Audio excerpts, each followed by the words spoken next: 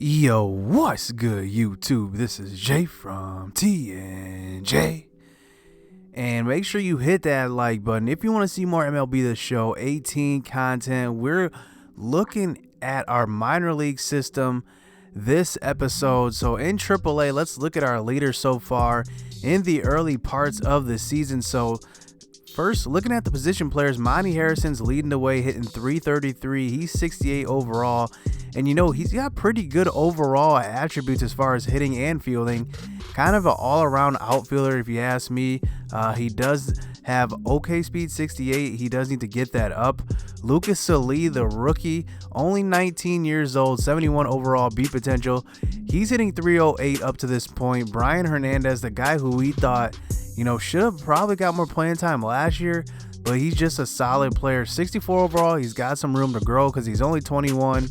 He's hitting 286. Taylor Ward, our top catcher behind JT Realmuto, he's 72 overall, and I like what he has and what he brings to the table. 25, but you know, he's hitting pretty good right now. 273, which isn't bad. Ryan Brinker behind him. Lamont Wade, the last year's minor leaguer of the year, he's hitting 250. Kevin Torres, if we keep going down the line here, Aquino is only hitting 200, which is a little bit alarming. I thought that, you know, having him down the minor league system would kind of give him a boost. He hasn't done really anything up to this point. Yu Chang has actually been pretty disappointing so far. He was our only all-star last year at AAA, and he's kind of disappointing now. So let's look at AA really quick. So if we sort by average here, Austin Dean, who actually did hit over 300, I believe, last year, he's hitting 370 to start the year. Eric Torrijos, out of 53 at-bats, he's hitting 283. James Nelson's hitting 267. I'm looking for James Nelson to possibly make a lot of strides because we have a new pitching or coaching staff, and I'm hoping that they will help a lot of these minor leaguers pretty much progress faster, because a lot of our guys, they progress really slow last season. So I'm hoping they do progress quite a bit. Elvis Aguila only hitting 222. He's probably our best rated AA guy at the moment, 94 speed. I do need to see his fielding, his arm strength go up. His fielding's fine, but his arm strength and arm accuracy definitely need to go up. But he's only hitting 222, so it looks like he might have a little bit to go as far as his development. And then Hassan Diaz is only hitting 220, so we're looking for him to turn around a little bit. And then our only A potential prospect, as far as fielders go, Howard Armas, 20 years old. He's only hitting 217, so hopefully he can get going. But let's just hop into some AAA ball, because we do have another prospect of ours, Braxton Garrett, and he's actually, you know, kind of on track for his development. You know, I thought that he might be able to make the major leagues this year, and he still might. I need to see what exactly he can do through a couple months of work in the minor leagues, then reevaluating him along with Trevor Rogers, who is our other A potential guy. And I just want to see what they can do. I mean, if they do well enough, I don't think Trevor Rogers will hit the MLB this year, but Braxton Garrett definitely has a chance. Sandy Alcantara actually has a chance, I think, and we'll see how he does as well. He's 1-2 to this point, 17 strikeouts, 1.40 whip, so that can pretty much get better. Griffin Canning, and then Dylan Peters below them if we keep going down the line. So I want to see these guys get better. Kind of the same thing I saw from Jose Arena last year. I remember I sent him down, and he responded really well. He went 5-0. I want to see these guys dominate like that at the AAA level. I can't move them up until I see some really good progress from them. So we're pitching with Braxton Garrett this game. So let's hop into some action. Let's go. So we are now facing the Iowa Cubs, New Orleans Baby Cakes. We got Braxton Garrett on the mound, and I'm hoping to see some good things from him because, like I said, I've been looking to move him up. Maybe not soon, maybe next month, but we'll see. I want to see him do some things in this game. So we have a lot of prospects in AAA that we're looking to see big things from. And here leading our pitching staff. I mean, Braxton Garrett is probably the one guy that we do want to see the most out of. Him and Sandy Alcantara, both of them pretty much have the biggest chance of getting moved up. And Sandy Alcantara is still in the 60s, so I wouldn't think that this year would be it. But here's our top prospect is hitting-wise, Lucas Solis. So he starts this game out with 2 outs with a hit to the right side. And you remember in spring training, I was showing you that once we switched up his batting stance, he started hitting the ball hard. And there you can see he hit the ball hard. So now on to the 4th inning, his second at-bat, he takes a walk. So here Aquino comes up, hits a chopper to third base. And you know Aquino's got decent speed. He beats this one out. So now we got guys on first and second. Taylor Ward, our top guy behind Real Muto, 72 overall right now. B potential, he pops out to right field. The only thing about Taylor Ward, he is kind of older. He's 26, I believe. And he's probably our best option. If something happened to Real Muto, I think Taylor Ward would be probably the everyday MLB guy. But right now we don't have much of a backup at catcher. So here, driving in our first run of the game that time. So Brian Hernandez, the guy who I said I didn't play him much last year, but he's pretty good. Here he gets a hit. He's hitting up close to about 280 on the season. So there he is. He gets a hit up the middle, drives in a run. And here is Braxton Garrett actually coming up and hitting a little blooper, dropping in. So that's a 3-run inning here in the 4th inning. So some offense did come alive here in this inning. So here's Monty Harrison, though, with a chance to drive in one more run, but he pops out to right field. And Monty Harrison is also a guy we have to keep our eye on. He's about 68 overall, but I want to see some improvement from him in the AAA system. So now Lucas Solis does come up and another hit here, just showing that power off. I mean, he just hits the ball hard, like I said. And Aquino strikes out. He's kind of been struggling a little bit in AAA this season. And then Taylor Ward comes up once again, hitting a solid hit down the right field line, but that one's going to be caught here for the 3rd out of the inning. So now we move on to the last inning of this game, Severino Gonzalez. So he's actually at the AAA level, and you see this double play he's getting here.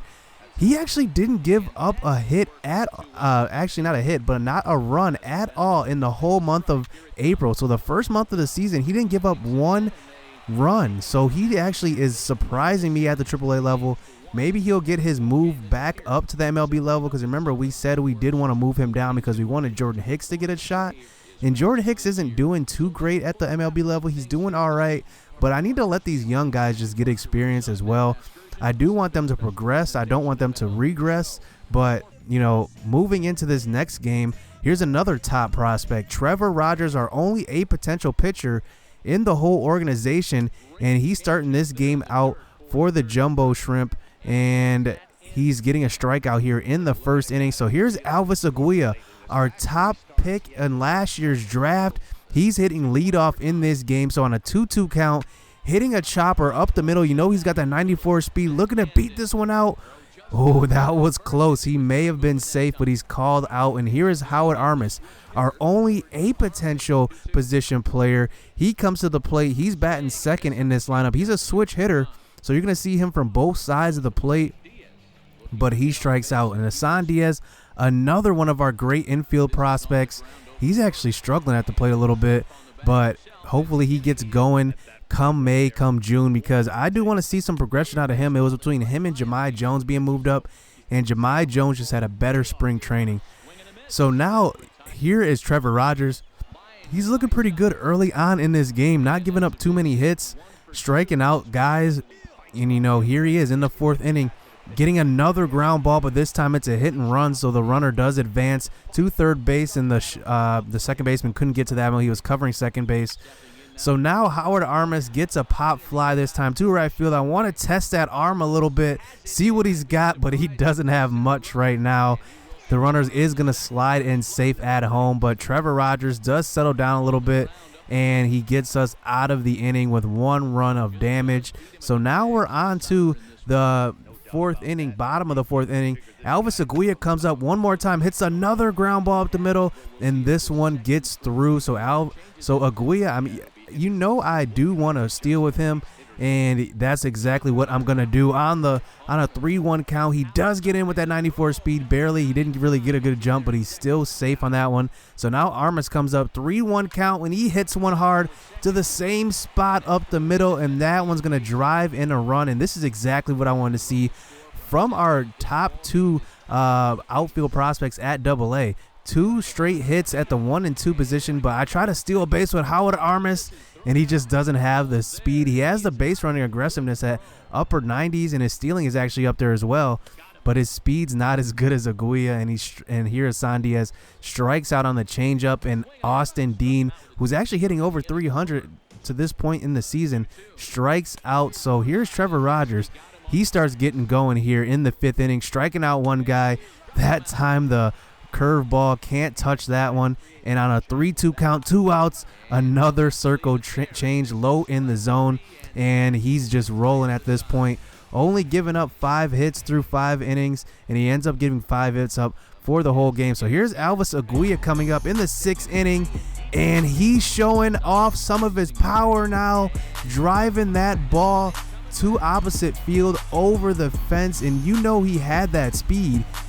You know he's got pretty good hitting attributes, but that power is something that maybe we may tap some potential there, untap that, because you know he's really good. I mean, honestly, the only thing that's not really good is his arm. It's not really great. He's got good fielding, but his arm strength, arm accuracy is not there. But here's Howard Armas getting another hit. So like I said, getting these 2 guys going in this game has definitely been a treat to watch, because this is exactly what I wanted to see. But look at this base running blunder. I had a hit and run on. For some reason, Howard Armas got confused. He didn't go back to the base right away, but he gets doubled up. So now we bring in Kingston Hill, another one of our draft picks, and he's a relief pitcher. So you're going to see him little by little if we do show some more minor league games this season. And here he is giving up a hit. He doesn't have a great overall right now. He's high 50. I think he's like 60 overall right now. So he's got some time to develop, but he was one of our draft picks. So I do want to show a little bit of action with him. And here he is getting out of the jam a little bit. So he's got the 2-1 lead. And here's Elvis Aguirre now coming back up to the plate, and he continues a good day, 3 for 4 with the ground ball up the middle. So now with 2 outs, here comes Howard Armas for one more at bat, but this time he pops it up in the infield, and they're going to get out of the jam a little bit. And now we're going to move on to the 9th inning. Eliezer Hernandez is actually one of our top prospects, and he's actually in the closing role in AA. So I kind of like what I see from him so far. He has a low ERA, a low whip, and he's doing pretty good. So he gets the runners to ground out into the double play to end the game. And our AA team doesn't have much offense. We are pretty top heavy. We have Elvis Aguirre, we have Hasan Diaz, we have Howard Armas, but besides those 3 and Austin Dean, not too much. I mean, we don't really have too much offense, but we do get the job done. Trevor Rogers pitches 7 innings, and he looks pretty impressive, to be honest, but he is at the AA level, so we do want to just let him progress with his ratings a little bit. So now back up to the MLB roster, MLB level here. We're facing Antonio Senzatella, and look at his whip. Below 1 through 3 starts, he's actually having an amazing start to the season so far, and his fastball is just on this game. Here he's getting Brinson a strikeout, getting Jahmai Jones a strikeout. Here's Domingo Santana, can't make good contact with this one, hits a little dribbler back to him, and he throws him out at first base here in the 4th inning. So Machado comes up, and not much luck here as he gets robbed this time on the diving play that time by the second baseman, and that's DJ LeMahieu, and they get out of that inning, and he hasn't given up any hits until the 5th inning when Jahmai Jones, out of all people who have been struggling, gets a hit up the middle, but Leury Garcia comes up, 0-2 count, 2 outs, and he strikes out, so no offense to speak of. Senzatella is just doing his thing on the mound this game.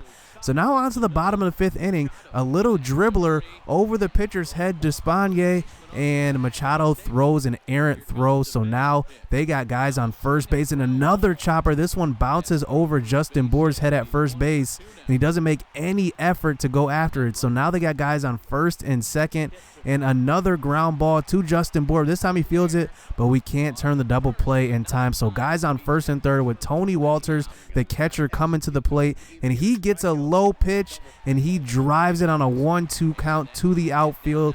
Leury Garcia fields that one, but not before a run comes across the plate. So now the pitcher comes up, and to bunt him over, he does that, does his job. So guys on second and third, 2 outs, another pitch to hit, but this time we do get a pop fly to center field. Lewis Brinson is there for the catch. So now we move on to the later frames, and Tony Walters, once again, who drove in the run earlier, comes up in the 7th facing Jordan Hicks, and Jordan Hicks gives up a long fly ball, and this one is going to make it over the wall, and that's going to be a home run. So a 2-0 lead for the Colorado Rockies, and we actually move on to about the 8th inning, and Charlie Blackmon comes up in a situation. We try to quick manage a little bit, and we give up 2 early hits with Steckenrider, but Charlie Blackmon comes up, hits one down the left field line, and that's going to drive in one. The other runner comes around third base, but Machado with that 95 arm strength guns him out, but not before another run comes through.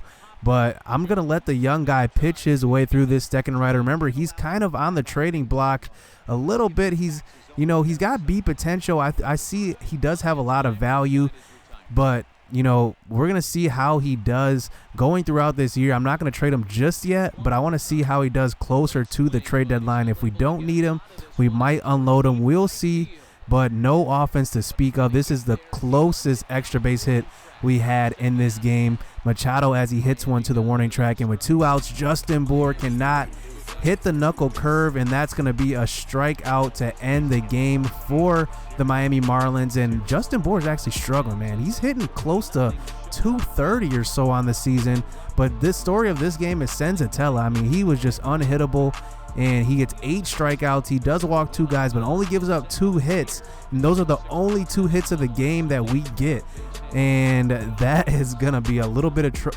troubling, because we are still at the bottom half of the MLB with average, but we're still well over 500. We're still first in the division. So hit subscribe, hit that like button. Let me know what you guys think of the prospects. Should I maybe move Aguirre up or move one of these guys up or down? Because I want to see exactly how these guys are going to develop. I don't want to rush too many guys to the MLB level, because we still are in kind of like a quote-unquote rebuilding mode. But we'll see, man. Let me know what you guys think in the comment section. Make sure to hit that like, hit subscribe. Let's get it. Let's go.